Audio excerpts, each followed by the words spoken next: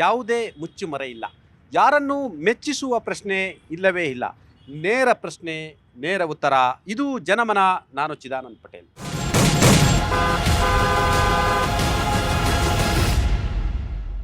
Ballot paper EVMನಿಂದ Karnataka Congress ಸರ್ಕಾರ ballot ಪೇಪರ್ಗೆ ಹೆಜ್ಜೆಯನ್ನು ಹಿಂದೆ ಸರಿಸಿದೆ. ಆಧುನಿಕ ತಂತ್ರಜ್ಞಾನದಲ್ಲಿ ಭಾರತದಂಥ ಪ್ರಜಾಪ್ರಭುತ್ವ ದೇಶದಲ್ಲಿ ನೂರಾರು ಕೋಟಿ ಜನಸಂಖ್ಯೆ ಇರ್ತಕ್ಕಂಥ ಭಾರತದಲ್ಲಿ ಎಲ್ಲ ಒಂದು ಕಡೆ ಚುನಾವಣೆಯನ್ನು ಸುಸೂತ್ರವಾಗಿ ಸುಗಮವಾಗಿ ಮಾಡಬೇಕೆಂಬುದು ಚರ್ಚೆ. ಇವತ್ತು EVM ಹ್ಯಾಕ್ ಆಗ್ತಿದೆ. EVMನಲ್ಲಿ ಮತ ಹಾಕಿದ್ದು VVPATನಲ್ಲಿ ಅದರ ಸಂಖ್ಯೆಯನ್ನು ತೋರಿಸ್ತಿಲ್ಲ. ಭಾರತೀಯ ಜನತಾ ಪಕ್ಷ ಚುನಾವಣಾ ಆಯೋಗವನ್ನೇ ಬುಕ್ ಮಾಡಿದೆ. ಹಾಗಾಗಿ ಬಹುತೇಕ ಲೋಕಸಭೆಯಲ್ಲಿ ಹೆಚ್ಚು ಸ್ಥಾನವನ್ನು ಗಳಿಸುತ್ತೆ ಅನ್ನೋದು ಕಾಂಗ್ರೆಸ್ನ ವಾದ ಮತ್ತು ಆರೋಪ ಆಗಿರ್ತಕ್ಕಂಥದ್ದು. ಬಿಹಾರದಲ್ಲೂ ಕೂಡ ಎಲ್ಲೊಂದು ಕಡೆ ಚುನಾವಣಾ ಆಯೋಗ ಅರ್ಹ ಮತದಾರರನ್ನು ಕೂಡ ಮತದಾರರ ಪರಿಷ್ಕರಣೆ ಹೆಸರಿನಲ್ಲಿ ಡಿಲೀಟ್ ಮಾಡ್ತಿದೆ ಅಂತ ಗಂಭೀರ ಆರೋಪ.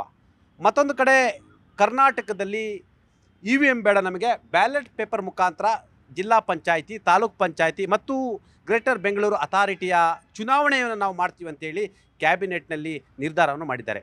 ಮುಂದಿನ ವಾರ ಸುಗ್ರೀವಾಜ್ಞೆಯನ್ನು ಕೂಡ ಹೊರಡಿಸಲಿದ್ದಾರೆ. ರಾಜ್ಯ ಚುನಾವಣಾ ಆಯುಕ್ತರು ಕೂಡ EVM ಅಥವಾ ಬ್ಯಾಲೆಟ್ ಪೇಪರ್ ಚುನಾವಣೆ ನಡೆಸುವ ಅವಕಾಶ ಇದೆ ಅಂತ ಹೇಳಿದ್ದಾರೆ. ಹಾಗಾದರೆ ಎಲ್ಲ ಒಂದು ಕಡೆ ಪ್ರೋಗ್ರೆಸಿವ್ ಇರಬೇಕು, ತಂತ್ರಜ್ಞಾನವನ್ನು ಬಳಸಬೇಕು, ಮತ್ತು ಬ್ಯಾಲೆಟ್ ಪೇಪರ್ ಅಡೆಗೆ ಬರೋ ಮುಖಾಂತರ ಎಲ್ಲ ಒಂದು ಕಡೆ ಕಾಂಗ್ರೆಸ್ನವರು ಯಾವ ಸಂದೇಶವನ್ನು ಕೊಡ್ತಿದ್ದಾರೆ ಅಂತೇಳಿ ಈಗಾಗಲೇ ಹಲವಾರು ಚರ್ಚೆಗಳು ಆಗ್ತಿರ್ತಕ್ಕಂಥದ್ದು. ಆ ಮುಖಾಂತರ ಎಲ್ಲೊಂದು ಕಡೆ ಕಾಂಗ್ರೆಸ್ ಸರ್ಕಾರ ರಾಹುಲ್ ಗಾಂಧಿಯವರನ್ನ ಮನ ಮೆಚ್ಚಿಸಲು, ಪ್ರೀತಿ ಗಳಿಸಲು, ವಿಶ್ವಾಸ ಗಳಿಸಲು ಈ ತಂತ್ರವನ್ನು ಈ ಸರ್ಕಾರ ಮಾಡ್ತಾ ಎಂಬ ಚರ್ಚೆ ಕೂಡ ಆರಂಭವಾಗಿರ್ತಕ್ಕಂಥದ್ದು. ಹಾಗಾಗಿ ನಾವು EVM ಬೇಕಾ ಬ್ಯಾಲೆಟ್ ಬೇಕಾ, ಸರ್ಕಾರದ ನಿರ್ಧಾರ ಸರಿಯೋ ತಪ್ಪು ಎಂಬುದ್ರ ಬಗ್ಗೆ ಚರ್ಚೆಯನ್ನು ಮಾಡೋಣ. ನಾವು ಆರಂಭದಲ್ಲಿ ಕಾಂಗ್ರೆಸ್ ನಾಯಕರ ಬಳಿ ಹೋಗ್ತಾ ಇದ್ದೀನಿ. ಸರ್, ಎಲ್ಲ ಒಂದು ಕಡೆ ತಾವು ಒಂದು ಹೆಜ್ಜೆ ಮುಂದೆ ಹೋಗಬೇಕು. ಇವತ್ತಿನ ಡಿಜಿಟಲ್ ಯುಗದಲ್ಲಿ ಮತ್ತೆ ನೀವು ಪೇಪರ್ ಯುಗಕ್ಕೆ ಹೋದರೆ ಎಲ್ಲ ಒಂದು ಕಡೆ ನೀವು ಯುವ ಜನತೆಗೆ ಏನು ಸಂದೇಶವನ್ನು ಕೊಡ್ತಾ ಇದ್ದೀರಾ ಸರ್? ಸರ್, ಈಗ ನೀವು ಹೇಳಿದ್ದು ಸರಿ. ನಾವು ಡಿಜಿಟಲ್ ಯುಗದಲ್ಲಿ AI ಅನ್ನೋದು ಇವತ್ತಿನ ಕಾಲದಲ್ಲಿ ಜನಸಾಮಾನ್ಯರಿಗೆ ಸಿಗ್ತಾ ಇದೆ. ನೀವೊಂದು ಅರ್ಥ ಮಾಡ್ಕೊಳ್ಳಿ, 52ರಲ್ಲಿ ನಾವು ಬ್ಯಾಲೆಟ್ ಪೇಪರಲ್ಲೇ ಚುನಾವಣೆ ಸ್ಟಾರ್ಟ್ ಮಾಡಿದ್ದು ನಮ್ಮ ಭಾರತದಲ್ಲಿ. 82ರಲ್ಲಿ ಬಂದಂಥ EVM ನಾವು ಪ್ರಪಂಚದಾದ್ಯಂತ ನಾವು ಮೊದಲಿಗರು EVMನ ಪ್ರಸ್ತುತ ಮಾಡೋಕ್ಕೆ. ಅವತ್ತಿನ ಕಾಲದಲ್ಲಿ ಈ ಥರ EVM ಹ್ಯಾಕ್ ಎಲ್ಲ ಇರಲಿಲ್ಲ. ಈ BJPಯವರ ಅಧಿಕಾರ ಅಮಲು, ಅವರಿಗೆ ಅಧಿಕಾರದಲ್ಲಿ ಯಾವಾಗೂ ಇರಬೇಕು, ಸದಾ ಅವರಿಗೆ ಅಧಿಕಾರ ಬೇಕು. ಇದಕ್ಕೆ EVMನ ಹ್ಯಾಕ್ ಮಾಡಬೇಕು ಅಂತ ಪ್ಲ್ಯಾನ್ ಮಾಡಿ ಅಧಿಕಾರದಲ್ಲಿ ಮುಂದುವರಿತಿದ್ದಾರೆ. ಇದಕ್ಕೆ ಸಂಬಂಧಪಟ್ಟಂಗೆ ಕರ್ನಾಟಕ ಆಗಲಿ, ಮಹಾರಾಷ್ಟ್ರ ಆಗಲಿ, ಹರಿಯಾಣದಲ್ಲಾಗಲಿ ನಾವು ಈ ಥರ EVM ಹ್ಯಾಕ್ ಆಗಿದೆ ಅಂತ ECIಗೆ ಕಂಪ್ಲೇಂಟ್ ಕೊಟ್ಟಿದ್ದೀವಿ. ಆ ಕಂಪ್ಲೇಂಟ್ಗೆ ಇವತ್ತವರೆಗೂ ನಮಗೆ ಉತ್ತರ ಬಂದಿಲ್ಲ. ಅದಕ್ಕೆ ಅವರು ಒಂದು ವಿವರಣೆ ಕೂಡ ನಮಗೆ ಕೊಟ್ಟಿಲ್ಲ. ಇದು ಒಂದು ಪ್ರಶ್ನೆ. ನೀವು ಹೇಳ್ತಾ ಇದ್ದೀರಾ ಒಂದು ಹೆಜ್ಜೆ ಮುಂದೆ ಹೋಗಬೇಕಾಗಿತ್ತು, ಒಂದು ಹೆಜ್ಜೆ ಹಿಂದೆ ಹೋಗ್ಬೇಕಂತ. ಸರ್, ಪ್ರಜಾಪ್ರಭುತ್ವದಲ್ಲಿ ಮತದಾರರಿಗೆ ಒಂದು ಮೂಲಭೂತ ಹಕ್ಕಿದೆ. ಅದು ಶ್ರೇಷ್ಠವಾದ ಹಕ್ಕು, ಮತದಾನದ ಹಕ್ಕು. ಮತದಾನದಿಂದ ಸಮಾಜಗಳು ಉಳಿದಿದ್ದಾವೆ, ಜಾತಿಗಳು ಉಳಿದಿದ್ದಾವೆ, ಸರ್ಕಾರಗಳು ಬಂದಿದ್ದಾವೆ. ಸರ್ಕಾರಗಳಿಂದ ಜನರಿಗೆ ತುಂಬ ಉಪಯೋಗ ಆಗಿದೆ. ಏನಂತಾರೆ, ಆ ಮತದಾನ ಇರುವಂಥ ಹಕ್ಕುಗಳನ್ನ BJPಯವರು ಕಸಿದುಕೊಳ್ಳೋದ್ರಲ್ಲಿ ಎಷ್ಟು ಅದು ಸಮಂಜಸ ಅಂತ ನೀವು ಹೇಳ್ತೀರಾ? ನಾನು ಇಷ್ಟು ಹೇಳ್ಬಿಟ್ಟು ಇನ್ನೊಂದು ಹೇಳ್ತೀನಿ. BJPಯವ್ರಿಗೆ ಒಂದು ಅರ್ಥ ಮಾಡ್ಕೋಬೇಕು, ಅಧಿಕಾರ ಅನುಭವಿಸ್ಬೇಕು, ಬಟ್ ಅಧಿಕಾರಕ್ಕೋಸ್ಕರ ಅನ್ಯ ಮಾರ್ಗಗಳನ್ನ ಹುಡುಕ್ಬಾರ್ದು. ನಾವು ಇಷ್ಟೆಲ್ಲ ನೀವು ಕೇಳ್ತಾ ಇದ್ದೀರಾ ಈಗ ಒಂದು ಹೆಜ್ಜೆ ಮುಂದೆ ಹೋಗಿ ಒಂದು ಹೆಜ್ಜೆ ಹಿಂದೆ ಇಡಬೇಕಾರೆ. ಇದೇ BJPಯವರು 2023ರಲ್ಲಿ ಅಧಿಕಾರದಲ್ಲಿದ್ದರು. ZP election, TP election, GP election, TMC election, CMC election, BBMP election ಯಾಕೆ ಮಾಡಲಿಲ್ಲ? ಏನಕ್ಕೋಸ್ಕರ ಮಾಡಲಿಲ್ಲ? ಆಯಿತು, ನಾವಿವತ್ತು ಈ ಎಲ್ಲ ಎಲೆಕ್ಷನ್ನ ನಾವು ಮಾಡ್ತೀವಿ ಅಂತ ಮುಂದೆ ಬಂದಾಗ ಅವ್ರೇನು ಹೇಳ್ತಿದ್ದಾರೆ, ಬ್ಯಾಲೆಟ್ ಯಾಕೆ ಮಾಡ್ತೀರಾ ಅಂತ. 2023ರಲ್ಲಿ ಅವರು ಸೋತು ಸುಣ್ಣವಾಗಿದ್ದಾರೆ.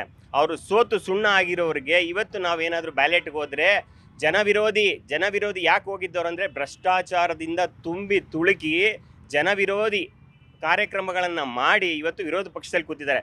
ಇವತ್ತು ಬ್ಯಾಲೆಟ್ಗೆ ನಾವೇನಾದರೂ ಹೋದರೆ ನಮ್ಗೆ ಅದೇ ಪರಿಸ್ಥಿತಿ ಮುಂದೆ ಇರುತ್ತೆ ಅಂತ ನಾನು ಭಾರತೀಯ ಜನತಾ ಪಕ್ಷದ ಸ್ನೇಹಿತರನ್ನ ಕೇಳ್ತಿದ್ದೀನಿ. ಸರ್ ಅವ್ರು ಹೇಳ್ತಿದ್ದಾರೆ EVM ನೀವು ಯಾಕೆ ಮಾಡ್ತಾ ಇದ್ದೀರಾ, ಅಕ್ರಮವಾಗಿ ಚುನಾವಣೆ ನಡೆಸಿದ್ದಾರೆ, ಹಾಗಾಗಿ ನಾವು ಬ್ಯಾಲೆಟ್ನ ಮುಖ ಮಾಡಿದ್ದೀವಿ ಅಂತ ಹೇಳಿದರೆ.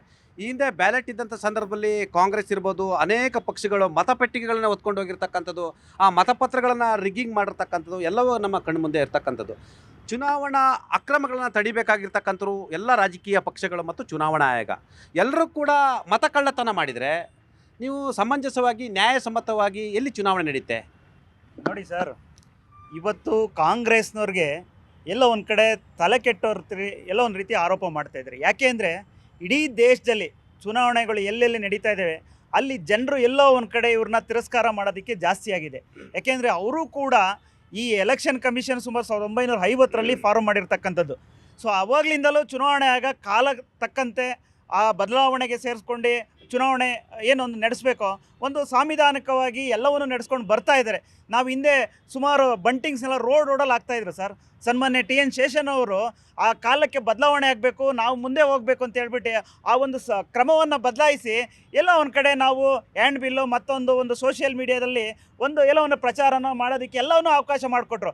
ಅದೇ ರೀತಿ ತರುವಾಯ ಏನು ಡಿಜಿಟಲ್ ಯುಗ ಅಂತ ಹೇಳ್ತೀವಿ, ಅದಾದ ನಂತರ ಈ ರೀತಿಯ ಒಂದು ಬದಲಾವಣೆಗೆ ಎಲ್ಲರೂ ಕೂಡ ಜನನೂ ಕೂಡ ಒಪ್ಕೊಂಡು ಕಳೆದ 20 ವರ್ಷದಿಂದ ಮತದಾನ ಮಾಡ್ಕೊಂಡು ಬರ್ತಲೇ ಇದ್ದಾರೆ, ಪಾಲ್ಗೊಳ್ತಾ ಇದ್ದಾರೆ, ಅತಿ ಹೆಚ್ಚಿನದಾಗಿ ಮತದಾನ ಮಾಡ್ತಲೇ ಇದ್ದಾರೆ. ಆದರೆ ಗೊತ್ತಿಲ್ಲ, ಯಾಕೆಂದರೆ ಕಾಂಗ್ರೆಸ್ಸವ್ರಿಗೆ ಇತ್ತೀಚಿನ ದಿನಗಳಲ್ಲಿ ಇದು ಅನುಮಾನ, ಹ್ಯಾಕಿಂಗು ಈ ರೀತಿಯ ಪದಗಳು ಇತ್ತೀಚಿನ ದಿನದಲ್ಲಿ ಅನ್ಸೋಕ್ಕೆ ಸ್ಟಾರ್ಟ್ ಆಗಿದೆ.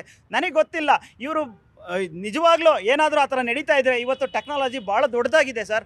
ಹೇಗೆ ಹ್ಯಾಕ್ ಮಾಡ್ಬೋದು, ಎಲ್ಲಿ ಹ್ಯಾಕ್ ಮಾಡ್ಬೋದು ಅನ್ನೋದನ್ನ ಎಲ್ಲೋ ಒಂದು ಕಡೆ ಒಂದು ಡೆಮೋ ಆಗಿ ಇವರು ತೋರಿಸ್ಬಿಟ್ರೆ ನಾನು ಇದಕ್ಕೆ ಒಪ್ಕೊಳ್ಳೋ ಅಂತ ಕೆಲಸ ಮಾಡ್ತೀವಿ. ಆದರೆ ಸುಮ್ಮನೆ ಜನರು ತಿರಸ್ಕಾರ ಇವ್ರನ್ನ ಮಾಡ್ತಾ ಇರೋದ್ರಿಂದ ಸುಳ್ಳು ಆರೋಪ ಇವತ್ತು ಮಾಡ್ತಾ ಇದ್ದಾರೆ. ಅದೇ ರೀತಿ ಸರ್, ಇವತ್ತು ಇದೇ ಒಂದು EVM ವ್ಯವಸ್ಥೆಯಿಂದಲೇ ಕರ್ನಾಟಕದಲ್ಲಿ 136 ಸೀಟ್ ಬಂದು ಈ ಕರ್ನಾಟಕದಲ್ಲಿ ಆಡಳಿತ ಮಾಡ್ತಾ ಇರ್ತಕ್ಕಂಥದ್ದು. ಅದನ್ನು ಕೇಳ್ತೀನಿ ನಾನು ಅವ್ರ ಜೊತೆ. ನಾನು ಕೇಳ್ತೀನಿ, ಸುಳ್ಳು ಆದರೆ ಖಂಡಿತವಾಗ್ಲೂ ಇದು ಎಲ್ಲ ಒಂದು ಕಡೆ ಈ ರೀತಿ ಮಾಡ್ಬೋದು ಅಂದರೆ ನಾಳೆ ರಾಜೀನಾಮೆ ಕೊಟ್ಟು ಜನರ ಬಳಿಗೆ ಹೋಗೋಣ.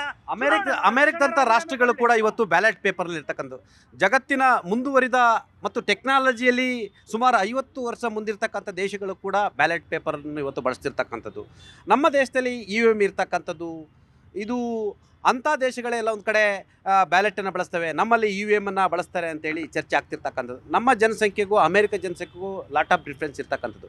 ಆಮ್ ಆದ್ಮಿ ಪಾರ್ಟಿಯ ನಿಲುವೇನು, ಇವರು ಬ್ಯಾಲೆಟ್ ಪೇಪರ್ ಅಂತ ಮತ್ತೆ ಮುಖ ಮಾಡಿರ್ತಕ್ಕಂಥದ್ದು ಅಥವಾ ಚುನಾವಣಾ ಸುಧಾರಣಾ ಕ್ರಮಗಳನ್ನ ಮಾಡಬೇಕಾಗಿರ್ತಕ್ಕಂಥವ್ರು ಮತ್ತು ಆಲೋಚನೆ ಮಾಡಬೇಕಾಗಿರ್ತಕ್ಕಂಥದ್ದು ಇವತ್ತಿನ ಯುವ ಸಂಖ್ಯೆ ಅಂತ ಹೇಳಿದ್ರೆ ಯುವ ಜನತೆ ಡಿಜಿಟಲ್ ಜನ್ರೇಷನಲ್ಲಿ ನಾವು ಇರ್ತಕ್ಕಂಥವ್ರು. ಹಾಗೆ ಆ ಮುಖಾಂತರ ಇವರು ಮತ್ತೆ ಹಿಂದಕ್ಕೆ ಹೋಗ್ತಿದ್ದಾರೆ ಅಂತ ಒಂದು ಅನ್ಸಲ್ವಾ, ಭಾವನೆಗಳು ಅನ್ಸಲ್ವಾ ಸರ್? ಭಾವನೆಗೇ ಅನಿಸಲ್ಲ. ಅಂದರೆ ಇವಾಗ ಅಮೇರಿಕಾದಂಥ ದೇಶ, ಟೆಕ್ನಾಲಜಿಯಲ್ಲಿ ಆಡೋ ದೇಶ, ಇಸ್ರಾಯಿಲು, ನ್ಯೂಜಿಲೆಂಡು ಇಂಥ ದೇಶಗಳೇ ಬ್ಯಾಲೆಟ್ ಪೇಪರಲ್ಲಿ ವೋಟಿಂಗ್ ಮಾಡ್ತಾ ಇದೆ. ಏನಕ್ಕೆ ಮಾಡ್ತಾ ಇದೆ? ಟೆಕ್ನಾಲಜಿ ಇದೆ, ಟೆಕ್ನಾಲಜಿಯಿಂದ ಕಳ್ತನ ಆಗ್ಬೋದು ಅಂತ ತಾನೇ ಮಾಡ್ತಾ ಇರೋದು. ಇಲ್ಲೂ ಜನರಿಗೆ ಅಲ್ಲಿ ಮನಸ್ಸಲ್ಲಿ ಬಂದುಬಿಟ್ಟಿದೆ, ಏನೋ EVM ಇಂದ ಕಳ್ತನಗಳು ಆಗ್ತಾಯಿದೆ ಅಂತ ಮನಸ್ಸಲ್ಲಿ ಒಂದು ಸತಿ ಬಂದಮೇಲೆ ಒಂದು ಆಗಲಿ ಬ್ಯಾಲೆಟ್ ಪೇಪರಲ್ಲಿ ಒಂದು ಎಲೆಕ್ಷನ್ ಮುಗೀಲಿ, ಜನರಿಗೆ ಉತ್ತರ ಸಿಗುತ್ತೆ. ಏನೋ ದೊಡ್ಡ ಏನೋ ಇದು ಕೇಳ್ತಾ ಇಲ್ಲ ಜನ. ನಿಮಗೆ ಎಷ್ಟು ಸರ್ ಏಜು? ಸರ್ ನನಗೆ 38 ವರ್ಷ ಏಜ್ನರು.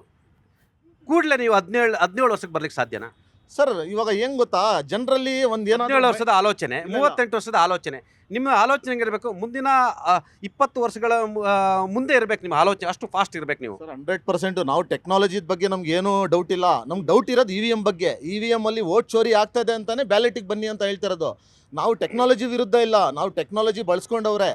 EVM ಏನಕ್ಕೆ ಬೇಡ ಅಂತ ಇದೀವಿ ಅಂದರೆ ಇಚ್ಛಿತ ದಿನಗಳಲ್ಲಿ ನೀವು ನೋಡಿದ್ದೀರಾ ಕಳೆದ 10 ವರ್ಷದಿಂದ ಏನೇನು ನಡೀತಾ ಇದೆ ದೇಶದಲ್ಲಿ ಅಂತ. ಯಾರು ಜನ ತಿರಸ್ಕರಿದ್ರು ಅಂಥವರೆಲ್ಲ EVM ಅಲ್ಲಿ ಎಲೆಕ್ಟ್ ಆಗಿಬಿಟ್ಟು ಬರ್ತಾ ಇದ್ದಾರೆ. ಎಲ್ಲೋ ಒಂದು ಕಡೆ ಜನರಿಗೆ ಅನುಮಾನ ಅಂತೂ ಬಂದಿದೆ. ಅದು ಕ್ಲಿಯರ್ ಆಗಲಿ. ಒಂದು ಸತಿ ಬ್ಯಾಲೆಟಲ್ಲಿ ವೋಟಿಂಗ್ ಆದರೆ ಏನು ದೊಡ್ಡ ಸಮಸ್ಯೆ ಆಗ್ಬಿಡುತ್ತೆ. ಪಂಜಾಬಲ್ಲಿ ನೀವು ಅಧಿಕಾರಕ್ಕೆ ಬಂದಿದ್ದು ಬ್ಯಾಲೆಟ್ ಪೇಪರ್ನಿಂದನಾ ಅಥವಾ EVM ನಿಂದನಾ ಮೇಡಮ್? EVM ಎಲ್ಲ ಕಡೆ EVM ಇಂದ. ಮತ್ತೆ ಯಾಕೆ ನಿಮಗೆ ಅವತ್ತು ನಿಮಗೆ ಅನುಮಾನಗಳು, ಶಂಕೆಗಳು ವ್ಯಕ್ತವಾಗ್ಲಿಲ್ವಾ ನಿಮಗೆ? ಇತ್ತು, ಆದ್ರೆ ಅದ್ರ ಬಗ್ಗೆ ಕಂಪ್ಲೇಂಟ್ ಆದ್ರೂ ಅದ್ರ ಬಗ್ಗೆ ಏನು ಅಧಿಕಾರಕ್ಕೆ ಬಂದ್ರಲ್ಲ ನೀವು, ಅಧಿಕಾರಕ್ಕೆ ಬಂದಿದ್ರೆ ಹಾಗಾದ್ರೆ EVM ಯಾಕೆ ಮಾಡಿದ್ರೆ ಪಂಜಾಬಲ್ಲಿ ಭಾರತೀಯ ಜನತಾ ಪಕ್ಷ ಬರಬೇಕಾಗಿತ್ತು, ಇಲ್ಲ ಕಾಂಗ್ರೆಸ್ ಪಕ್ಷ ಮತ್ತೆ ಬರಬೇಕಾಗಿತ್ತು? ಅದ್ರ ಬಗ್ಗೆ ಪ್ರಶ್ನೆ ಮಾಡ್ಬೋದಾಗಿತ್ತಲ್ವಾ? ಅಲ್ಲಿ ಚೋರ್ ಆಗಿದ್ರೆ, ಚೋರ್ ಆಗಿದ್ಯಾ ಆಗಿದ್ರೆ ಆಪೋಸಿಟ್ ಅವ್ರು ಕೇಳ್ಬೋದಾಗಿತ್ತಲ್ವಾ? ಯಾಕೆ ಅವ್ರು ಸುಮ್ಮನೆ ಆದ್ರು? ಅಲ್ಲ ಆಗಿಲ್ಲ, ಅದರಿಂದನೇ ಈ ಥರ ಇದು ಮಾಡ್ತಿದ್ದಾರೆ. ನಾನು ಹೇಳೋದು, ಇಲ್ಲಿ ಪ್ರಜಾಪ್ರಭುತ್ವ ದೇಶ ನಮ್ಮದು. ಇಲ್ಲಿ ಪ್ರಜೆಗಳು ಓಟನ್ನ ಮಾನಸಿಕವಾಗಿ ಹಾಕಬೇಕು, ಮಿಷಿನ್ ಮುಖಾಂತರ ಹಾಕೋದಲ್ಲ. ಅಂಥ ಅವಕಾಶ ಇಲ್ಲೊಂದು ಸಾರಿ ಸಿಗಲಿ ಅಂತಲೇ ನಾವು ನಮ್ಮ ಪಕ್ಷದಿಂದ ಕೇಳ್ತಾ ಇದ್ದೀವಿ. ನಾನು ನಿಮ್ಮ ಜೊತೆ ಚರ್ಚೆಯನ್ನು ಮಾಡ್ತೀನಿ. ಮೇಡಮ್ ನಮಸ್ತೆ. ಮೇಡಮ್, ಮತ್ತೆ ರಾಜ್ಯ ಸರ್ಕಾರ ಎಲ್ಲ ಒಂದು ಕಡೆ ನಿಮ್ಮ ಸ್ಥಳೀಯ ಸಂಸ್ಥೆ ಚುನಾವಣೆಯಲ್ಲಿ ಬ್ಯಾಲೆಟ್ ಪೇಪರ್ ಅಂತ ಮುಖ ಮಾಡ್ತಿರ್ತಕ್ಕಂಥದ್ದು ತಾವು JDS ಒಪ್ತೀರಾ? ಇದು ಒಳ್ಳೆ ಬೆಳವಣಿಗೆನಾ ಸರ್? ಅದು ಹೇಗೆ ಒಪ್ಪಕ್ಕಾಗುತ್ತೆ? ಬ್ಯಾಲೆಟ್ ಪೇಪರು ಮಹಿಮೆ ಹೇಳ್ತೀನಿ ಕೇಳಿಸ್ಕೊಳ್ಳಿ. ನಾನೊಂದು ಸಾರಿ ನಮ್ಮ ಪಕ್ಷ ಅಲ್ಲಿ ನಮ್ಮ ಕಡೆ ಸೋತಿತ್ತು. ಆಗ ನಮ್ಮ ತಂದೆಗಳು ಅದರದೇ ಒಂದು ಚಿಂತನೆಗೆ ಒಳಗಾದಾಗ ನಾನು ಸಹಿತ ವೋಟ್ ಮಾಡಿ ಮನೆಗೆ ಹೋಗಿದ್ದೆ. ಆಗ ನಾನು ಹೇಳಿದೆ, ಅಣ್ಣ ಇದು ಬ್ಯಾಲೆಟ್ ಪೇಪರು ಇಲ್ಲಿ ಏನು ಸೀರಿಯಲ್ ನಂಬರ್ ಇದೆಯೋ ಮತ್ತು ಅದ್ರ ಮೇಲೆ ಅದೇ ನಂಬರ್ ಇರುತ್ತೆ. ಈ ಥರ ಒಂದು ಟ್ರ್ಯಾಕ್ ಮಾಡಿದ್ರೆ ಯಾರಿಗೆ ವೋಟ್ ಹಾಕಿದ್ದಾರೆ ಅಂತಂದ್ಬಿಟ್ಟು ಪರ್ಫೆಕ್ಟಾಗಿ ಕಂಡುಹಿಡಿಬಹುದು ಇದನ್ನ. ಇಲ್ಲಿ ಚುನಾವಣಾ ಅಧಿಕಾರಿಗಳ ಮೇಲೆ ಕಂಪ್ಲೇಂಟ್ ಕೊಡೋದಾಗಲಿ ಇನ್ನೊಂದಾಗಲಿ ಇದೆಲ್ಲ ಇದು ಮಾಡ್ತಾರಲ್ವಾ, ಅದೇನೇ ಅಧಿಕಾರ ಇದ್ದವಾಗ ಅವ್ರ ಹತ್ರ ನಾವು ಅದನ್ನು ಕಿತ್ತು ಯಾರಿಗೆ ಓಟ್ ಮಾಡಿದ್ದಾರೆ ಅಂತ ಸಂಕ್ಷಿಪ್ತವಾಗಿ ಕಂಡುಹಿಡಿಯಬಹುದು. ಇನ್ನೊಂದು, ಇತ್ತೀಚೆಗೆ ಕಾಂಗ್ರೆಸ್ಸಿಗರ ಚಿಂತನೆಗಳು ತುಂಬ ಚಿಂತಾಜನಕವಾಗಿವೆ. ಯಾಕೆ ಅಂತಂದರೆ ಫಸ್ಟು ಏನು 1980 ಒಂದು ಆಸುಪಾಸಿನಲ್ಲಿ ಕಂಪ್ಯೂಟರ್ ಅನ್ನೋದನ್ನು ಫಸ್ಟ್ ತೊಗೊಂಬಂದಿದ್ದೆ ರಾಜೀವ್ ಗಾಂಧಿಯವರು. ಅದ್ರ ಮುಖಾಂತರವಾಗಿನೇ EVMನ ಬೆಳವಣಿಗೆಗಳನ್ನ ಮುಂದೂಡ್ಕೊಂಡ್ಬಂದಿದ್ದು. ದೇಶನ ಮುಂಚೂಣಿಗೆ ತಗೊಂಡೋಗೋಕ್ಕೆ ಇಷ್ಟಪಡ್ತಾರೋ ಹಿಂದಕ್ಕೆ ತಗೊಂಡೋಗಕ್ಕೆ ಇಷ್ಟಪಡ್ತಾರೋ? ನಾನು ಅದನ್ನು ಕೇಳಲ್ಲ ಅವ್ರನ್ನ. ಕೇಳಿ ಸರ್. ಎಸ್ ದರ್ಶನ್ ಅವರೇ,